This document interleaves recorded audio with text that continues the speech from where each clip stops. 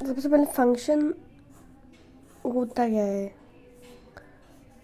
Function वही चीज़ है कि एक फंक्शन को every element of A is associated to unique element of a B. ठीक है, अब इसमें यह है कि every element of A should be a F image in B and no element of A should have more than one image of B. We can say it अगर y axis के parallel कोई line draw हो जाती है function की, it means कि वो function नहीं होगा। ये चीज़ याद रखनी है। मतलब अगर हम ऑर्डर्ड पेयर की बात कर रहे हैं तो अगर ये हो गया तुम्हारा, मतलब अगर सेम एक्स के लिए हमें वाई की दो वैल्यू मिल गई तो that is not called a function, right. मतलब रिलेशन को हम फंक्शन कब बोलेंगे कि अगर every element of A related to one and only one element in B. मतलब अगर एक्स एलिमेंट सेम हो गया दो ऑर्डर्ड पेयर में तो वो एक फंक्शन नहीं होगा, राइट। रियल वैल्यूड फंक्शन वो होता है कि तो वो रियल नंबर्स का सेट है या फिर सबसेट ऑफ आर है, तो उसको क्या बोलते हैं? Real valued function. मतलब हर एक पॉइंट पे वो अलग रियल वैल्यूज दे रहा है तो उसको रियल फंक्शन बोल देंगे। अब कोई भी दो फंक्शन को हम इक्वल फंक्शन तब बोलेंगे जब उन दोनों का डोमेन बराबर है और या उन दोनों का कोडोमेन बराबर है। जब ऑफ फंक्शन देख लो कि f प्लस जी बराबर, इसको सेपरेट लिख सकते हैं। कभी डायरेक्ट एग्जाम में पूछते दो फंक्शन देगा f माइनस जी निकालो तो what you do, f x minus g x product निकालो तो प्रोडक्ट कर देना एफ जी का। और अगर क्वेश्चन पूछे क्वेश्चन कर देना। एफ ऑफ जी पूछे तो एफ ऑफ जी ये कि जी इसका क्या है,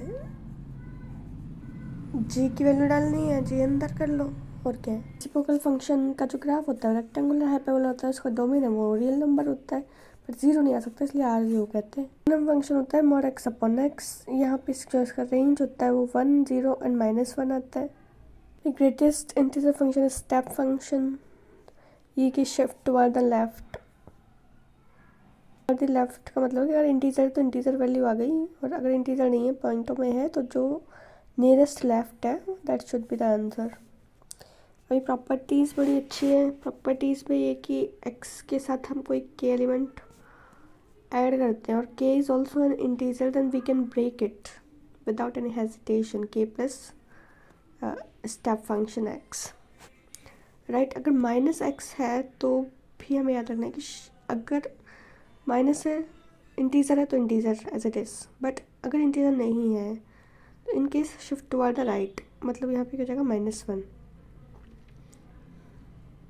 and x1 plus x2 in step function.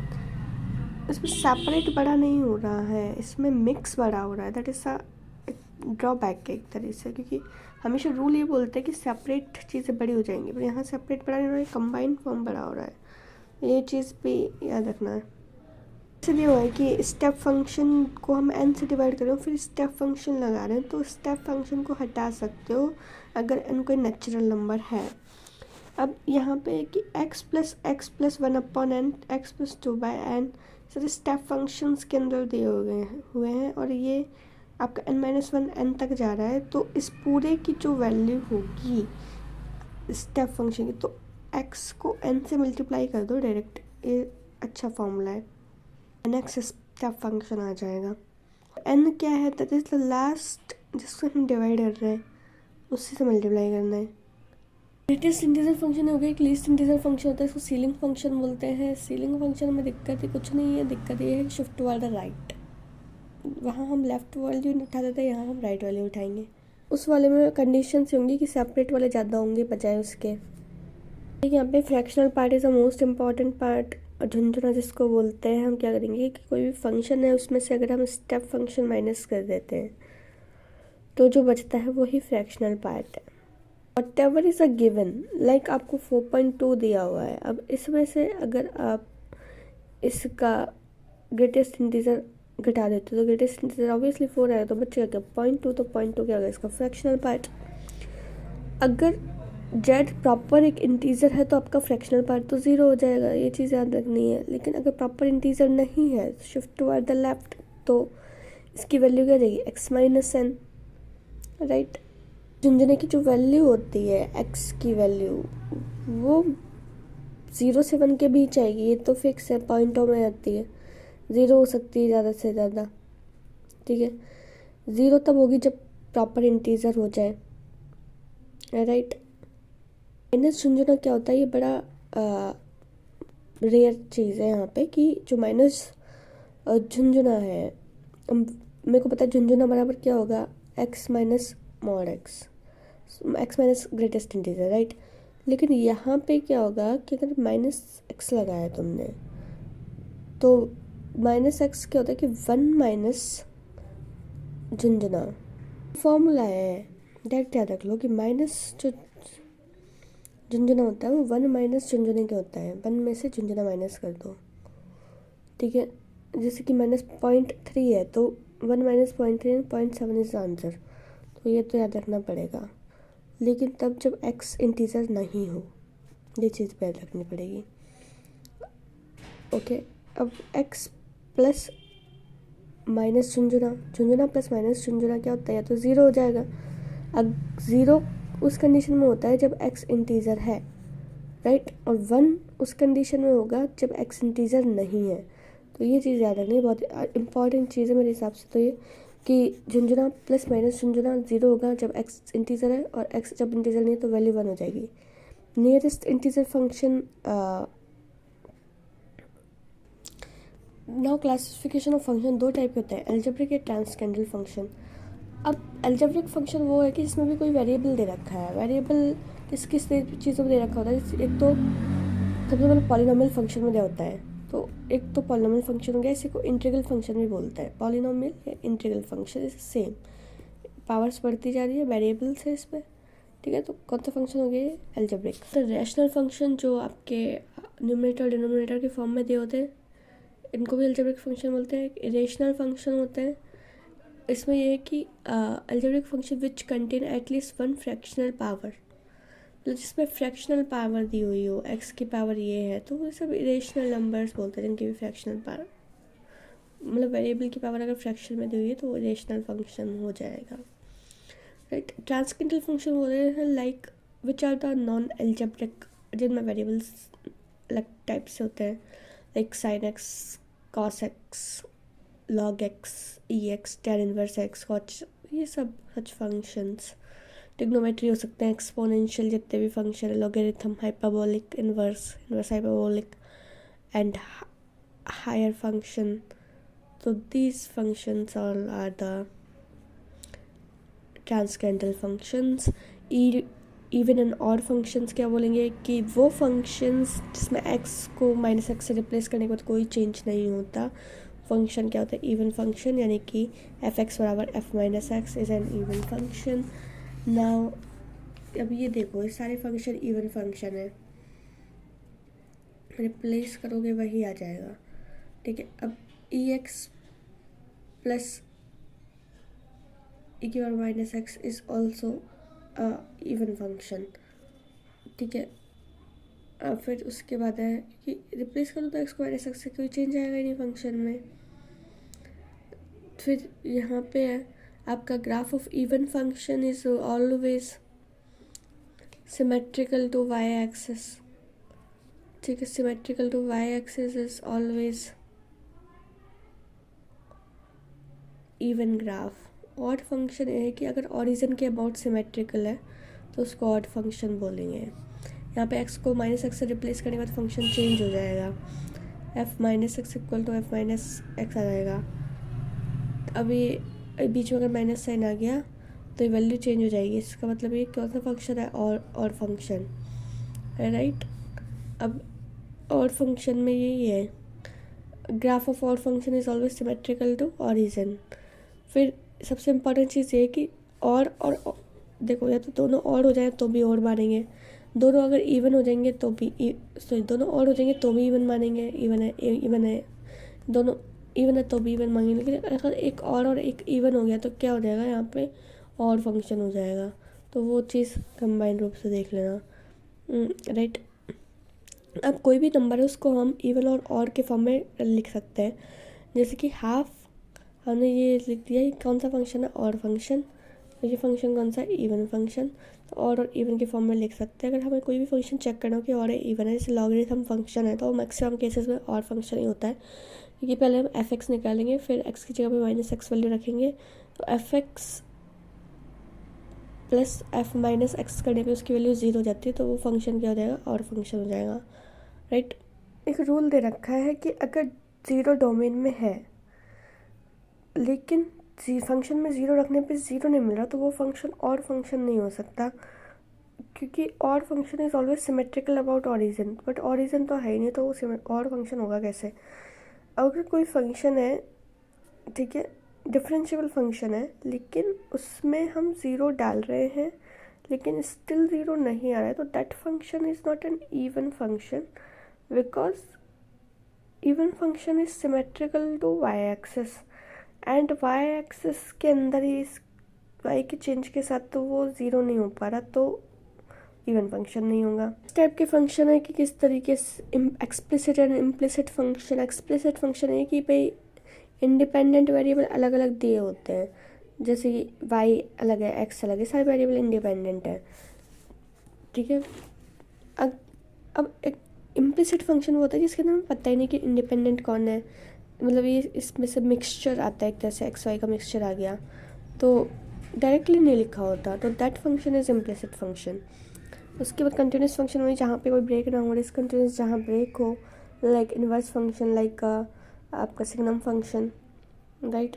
These are the discontinuous function. Increasing function है कि अगर एक्स की वैल्यू के साथ वाई भी इंक्रीज हो रहा है, या एक्स की वैल्यू डिक्रीज वैल्यू के साथ वाई भी डिक्रीज हो रहा है, तो वो इंक्रीजिंग फंक्शन में ही कंसिडर होगा।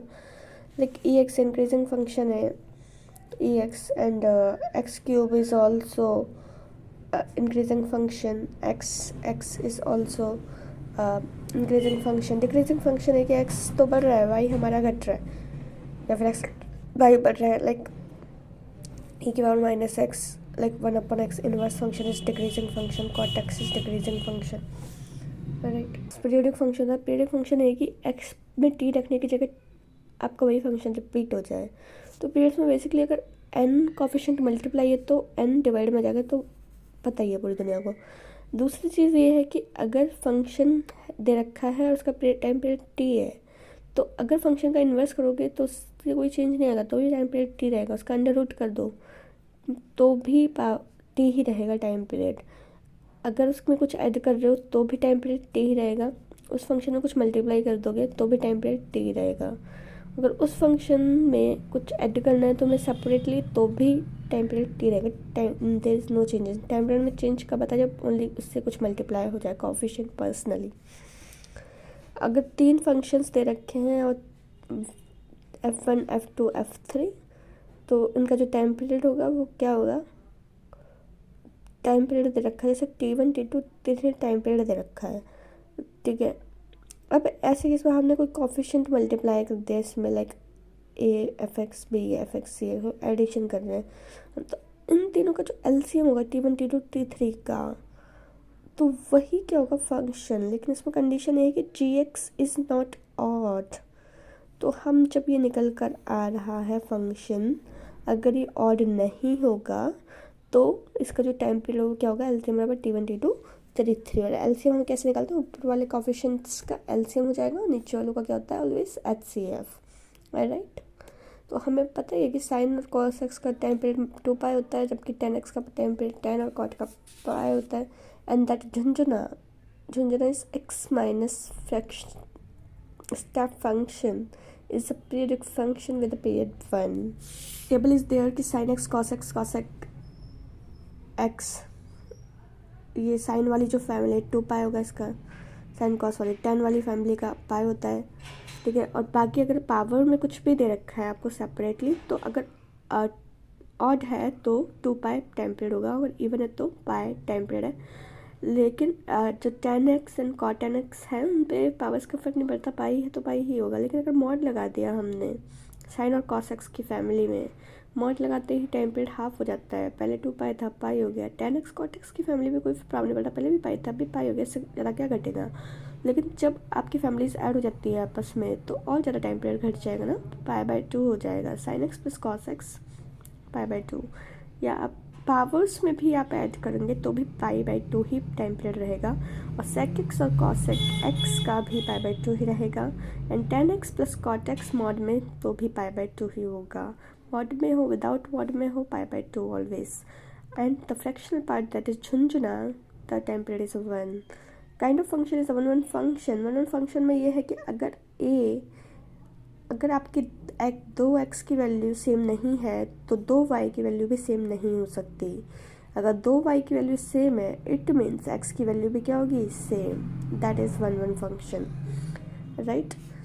एंड यहाँ पे है इसका मतलब हमने फंक्शन में पढ़ा था कि फंक्शन अगर 2 एक्स की वैल्यू सेम है तो वो फंक्शन नहीं हो सकता। लेकिन अब हम बोल रहे हैं कि 2 वाई की वैल्यू सेम है, ठीक है, तो सेम एक्स के लिए तो वो फंक्शन नहीं होगा, वो और 1 फंक्शन नहीं होगा। मतलब इसका ये है कि फंक्शन होने के लिए तो एक कंडीशन है कि आपका कोई भी वाई के पैरेलल लाइन नहीं होनी चाहिए, तो वो फंक्शन ही नहीं होगा। लेकिन अगर हम ये कहें कि एक्स के पैरेलल कोई लाइन ना हो तो फंक्शन 1 होगा तभी। मगर एक्स के पैरेलल अगर कोई लाइन होगा तो इसका मतलब ये कि वाई की 2 वैल्यू मिल गई हमें, मतलब वाई की सेम वैल्यू मिल गई, तो ऑर्डर्ड पेयर में हम ये चेक करेंगे ऑर्डर्ड पेयर के अंदर बेसिकली कि अगर वाई सेम हो गया, जैसे 2 1 हो गया है ना, और 3 1 हो गया, वाई की वैल्यू सेम हो गई, वाई की वैल्यू सेम हो रही है लेकिन एक्स की वैल्यू सेम नहीं है, तो कैसे 1 फंक्शन होगा, तो वही है ऑर्डर्ड पेयर चेक करने। ऑलवेज अगर वाई की वैल्यू सेम है there is no 1 function, otherwise it is injective बोलते हैं इसको। उसके बाद ये जो क्राइटेरिया है 1 का, सारे ऑड फंक्शन क्या होंगे, 1 फंक्शन। जैसे लॉगरिथम फंक्शन हमें चेक करना है कि ये 1 है कि नहीं, तो ऑड फंक्शन है तो 1 हो जाएगा। ऑड फंक्शन चेक कर लो, वही एफ एक्स की जगह -x रख के, ठीक है। अब यहाँ पे है कि इन पर्टिकुलर सारे जो भी ऑड फंक्शन है वो तो 1 होता ही है, जैसे कि +1 कर दिया, ये सब। और identity function is always power 1 is odd function. Conjugate function, that function is very interesting function. Conjugate function is always 1 function. Reciprocal function is also a 1 function, jabki as we know reciprocal function is always decreasing function, right? And x is also, that is because that is odd function. And exponential function, that is also interesting function. There's 2 interesting one, conjugate and second is xx. Now our exponential function is with positive power, is exponential function is always odd function. Logarithm function is also a odd function, right? And अगर हम hyperbolic function की बात कर रहे हैं तो sin hx and sin tan है ना, sin tan 10 पाप एच हाइपरबोलिक में ऑड फंक्शन ऑड होते हैं। और कॉसेक इनका रिवर्स है तो ये भी आपका क्या होगा, ऑड फंक्शन। इवन फंक्शन की बात करते हैं अगर हम, even function degree polynomial defined by in a particular x² x, जितने भी ऑड इवन फंक्शन है सारे मैन इवन होंगे। Constant function is also even function, even function modulus function is the even function, and even function which is parallel which is symmetrical to y, right? And odd function is symmetrical to origin. So x and x है like that, so that function is symmetrical about origin, and that is even function symmetrical about the y-axis. सो जितने भी x के modulus है plus के साथ minus के साथ divide में आ रहे हैं या प्लस माइनस में जो भी हो रहा है सारे इवन फंक्शन ही होंगे, right? And greatest integer function is also even function, well even is a many one function, not a even. And the trigonometry function is always a many one function most of the time.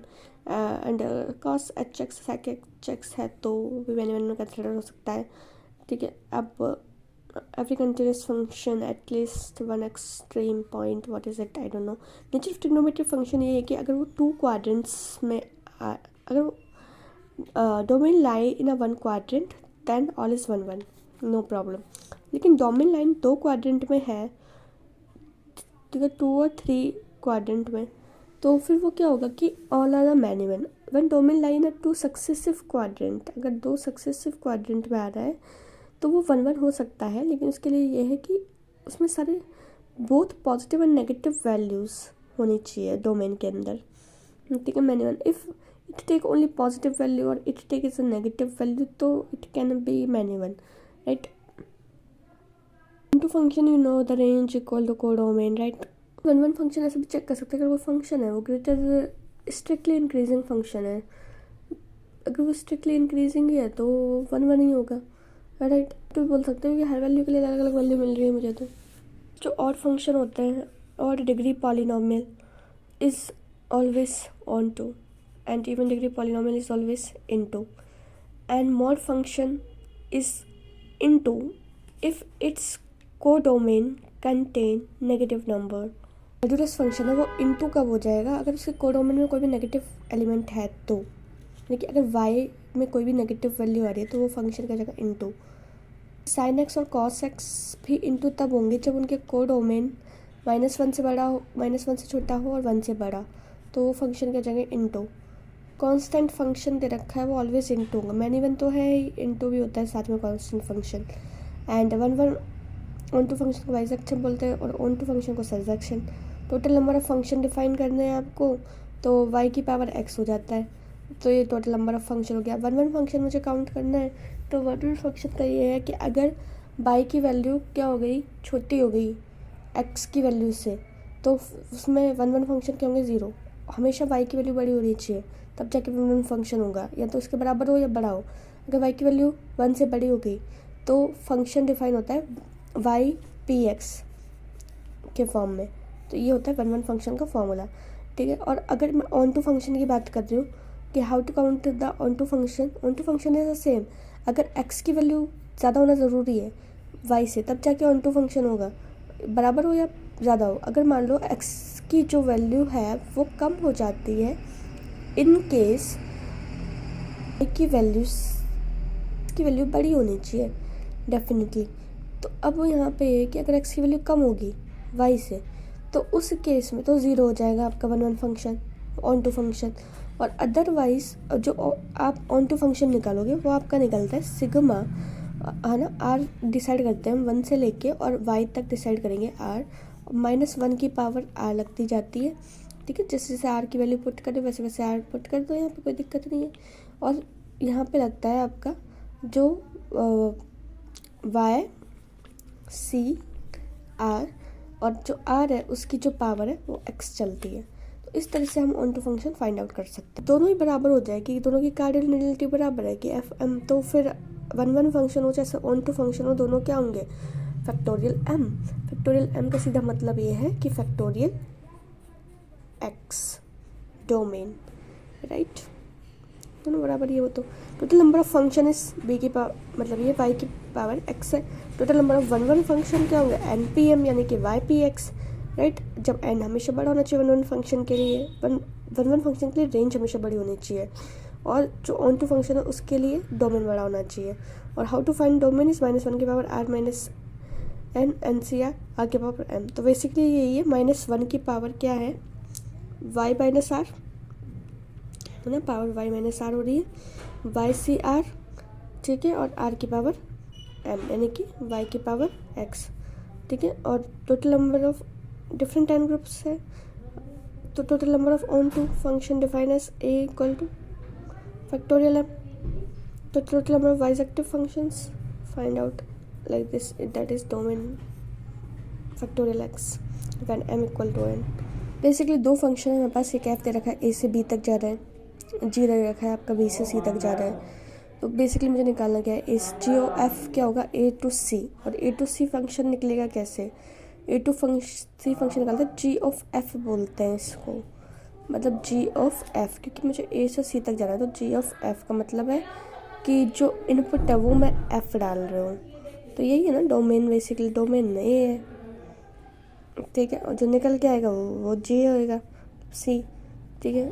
तो इसको जी, मतलब इसमें ये value input जाएगी, ये x बन गया, F x function बन रहा है total, g of f function ये बनेगा। मतलब पहला फंक्शन ये जा रहा था, दूसरा फंक्शन ये जा रहा है, लेकिन मुझे अब ये नहीं चाहिए, मेरे को तो अब जी ओ एफ बनाना है, तो जी ओ एफ ऐसे बनेगा, ठीक है।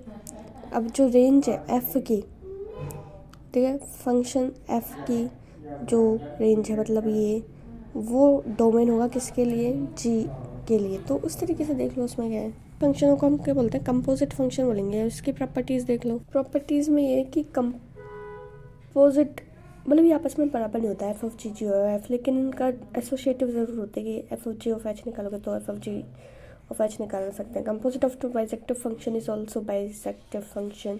अगर एफ ऑफ जी 1 1 है तो जो अंदर वाला है ना कि जी है वो 1 1 होगा, लेकिन अगर f of g onto दे रखा है तो जो बाहर वाला है वो ऑन टू होगा, यानी कि एफ इज़ ऑन टू। उससे मुझे फ़र्क नहीं पड़ता जी हो कि नहीं, पर एफ बाहर वाला ऑन टू है, अंदर वाला 1 1। इनवर्स फंक्शन तब डिफाइन होता है किसी भी चीज़ का जब वो चीज़ क्या हो, इनवर्स फंक्शन जब वो यूनिक वैल्यू दे, मतलब 1 1 ऑन टू फंक्शन हो, right. Inverse of a function exist if it is a 1 1 onto, right. Sufficient condition for the inverse of a function f कि फंक्शन ने स्ट्रिक्टली मोनोटोनिक होना चाहिए। Monotonic है तो increasing decreasing उससे फ़र्क नहीं पड़ रहा, बस स्ट्रिक्टली होना चाहिए। ऑफ अ डोमेन, ठीक है, तो वो फंक्शन हो जाएगा 1 1।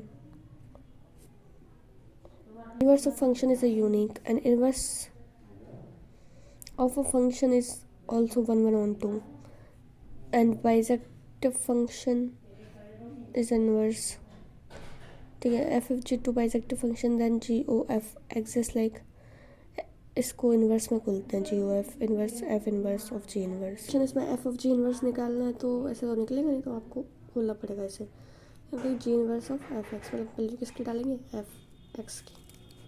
इन्वर्स फंक्शन होता है ना वो सिमेट्रिकल होता है y बराबर x के, जैसे कि ये सिमेट्रिकल फंक्शन है इस तरीके से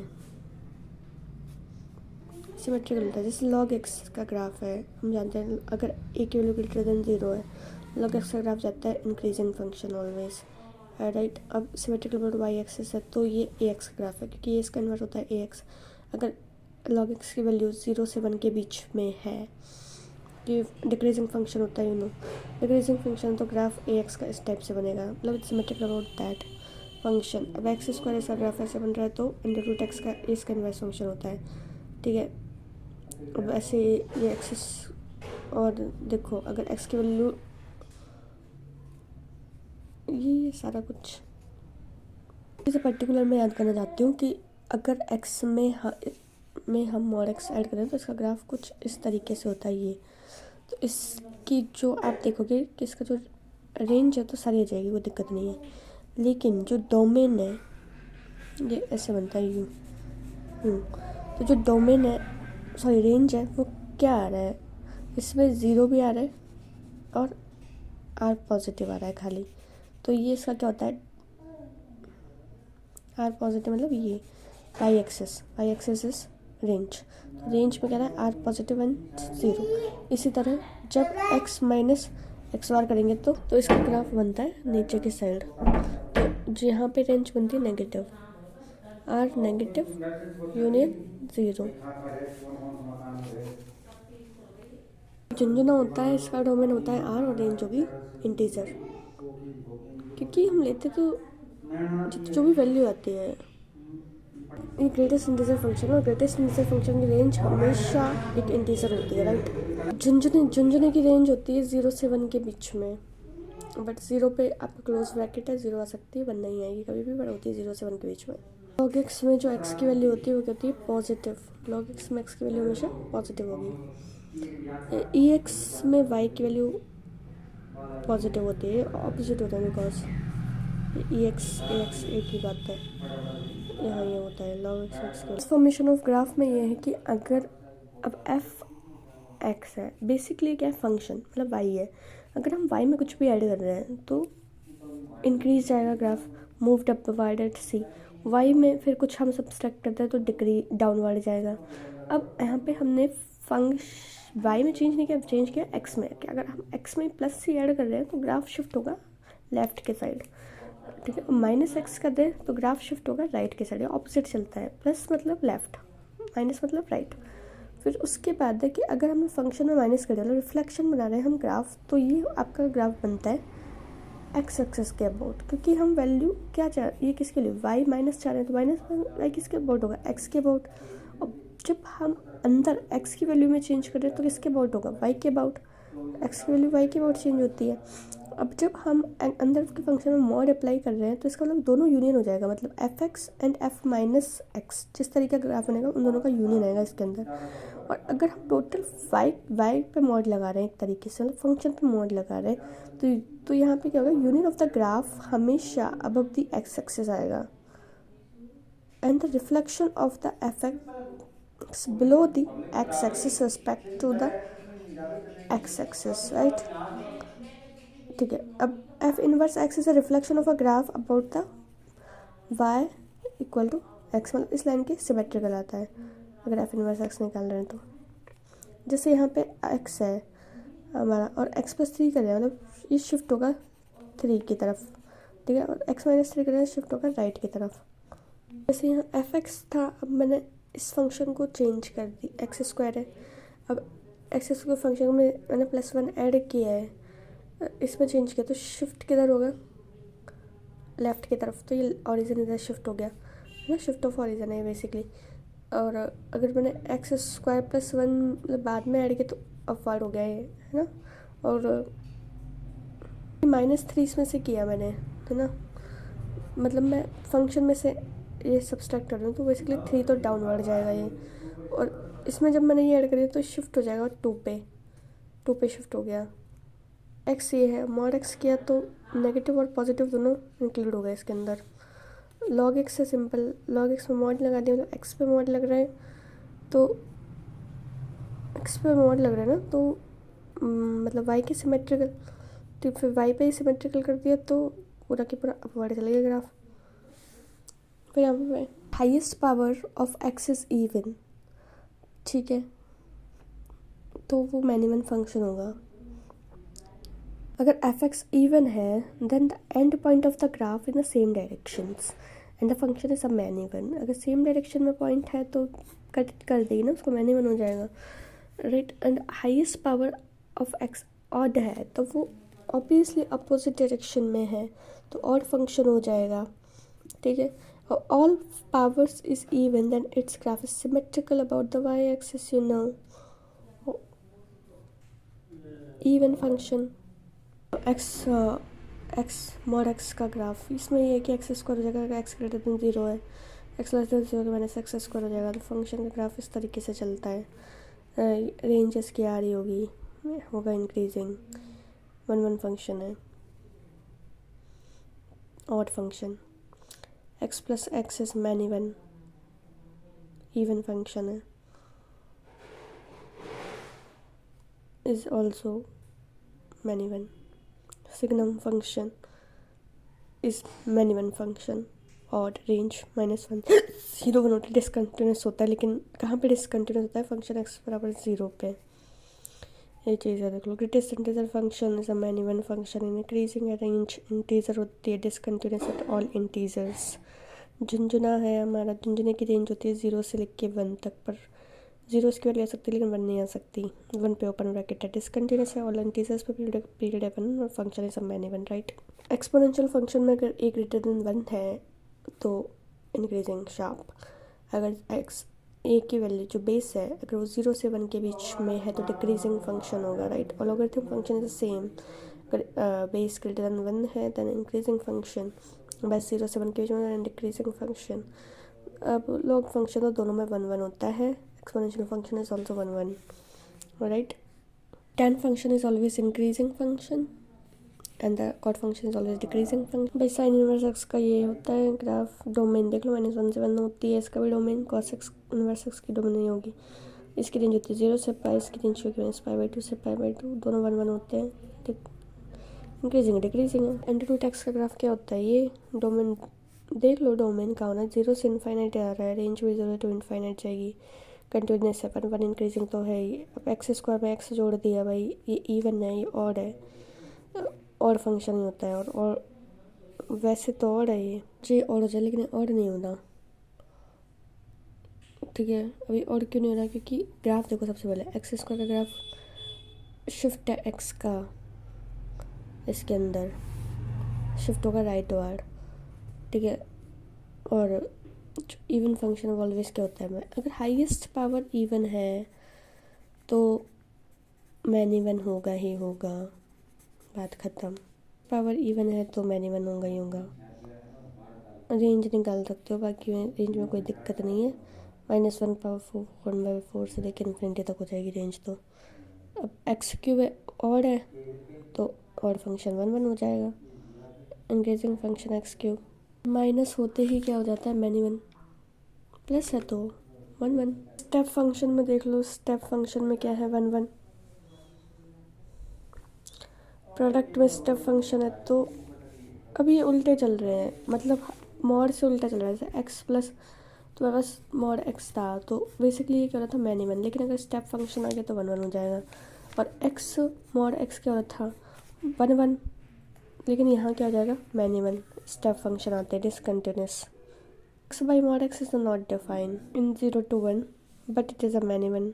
1 upon greatest integer not define in 0 to 1, क्योंकि वहाँ 0 हो जाता है ना फंक्शन ही, तो ये फंक्शन भी मैनी वन होगा। लॉग में मॉड्यूलस लगा दिया तो फंक्शन इज क्या हो जाएगा, एक्स एक्सिस के। अब अगर एक्स में लगाया है तो वाई के अबाउट सिमेट्रिकल, वाई में लगाया होता तो एक्स के अबाउट सिमेट्रिकल होता, ठीक है। फंक्शन देख लो, वाई के अबाउट अगर कुछ भी सिमेट्रिकल है तो देखते पता चल जाना चाहिए कि ये तो इवन फंक्शन होगा, तो यही हो जाएगा भाई। अगर एक्स में तुमने कुछ भी लगाया है मॉड, फंक्शन में नहीं है, एक्स में है, तो वो डेफिनेटली वाई के अबाउट क्या होगा, सिमेट्रिकल। और वाई के अबाउट सिमेट्रिकल होने का डायरेक्ट मतलब क्या है, इवन फंक्शन। और इवन फंक्शन है तो क्या होगा, मैनी वन, ख़त्म बात।